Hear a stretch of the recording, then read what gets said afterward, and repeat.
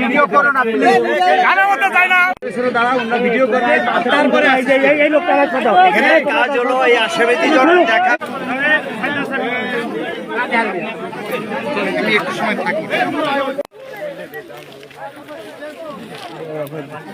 ভিডিওটা দিন।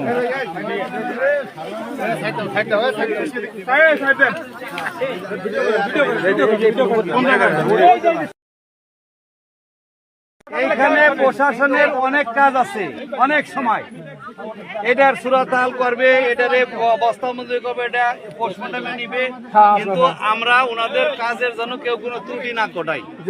আর যা ঘটে গেছে সেটা তো আর আমরা ফেরত পাবো না, আমরা এর সুষ্ঠু বিচার চাই।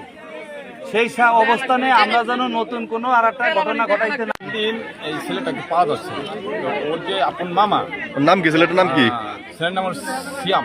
হ্যাঁ, ওর আপন মামা আজকে আমাকে বলতেছে, কাকা এরকম তো ওই আমার ভাগ্নে পাওয়া যাচ্ছে না।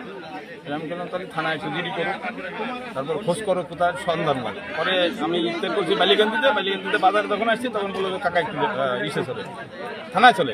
তা আমি আগাড়ি পর্যন্ত যাওয়ার পরে আর কি একটা নিউজ আসছে যে এর যে ফোনটা যার কাছে ছিল তার একটা সন্ধান পাওয়া গেছে মহারাজপুরে। তখন আমরা মহারাজপুরে মুভ করছি, থানায় না যাইয়া মহারাজপুরে মুভ করে ওরে ধরে নিয়েছি। ওরে ধরে আনার পরে ওরে যখন কিছু ওই মানুষে চাপাচাপি দিচ্ছে তখন ও স্বীকার করছে যে আমরা মেরে ফেলছি। এই ওদের নাম কি? যারা মারছে ওদের নাম কি? যারা মারছে পারভেজ, অভি, সাজিদ আর হলো দিদান, এই চারজনের নাম আমরা এই পর্যন্ত ওদের কাছ থেকে স্বীকারোক্তিমূলক ভাবে পাইছি। আচ্ছা।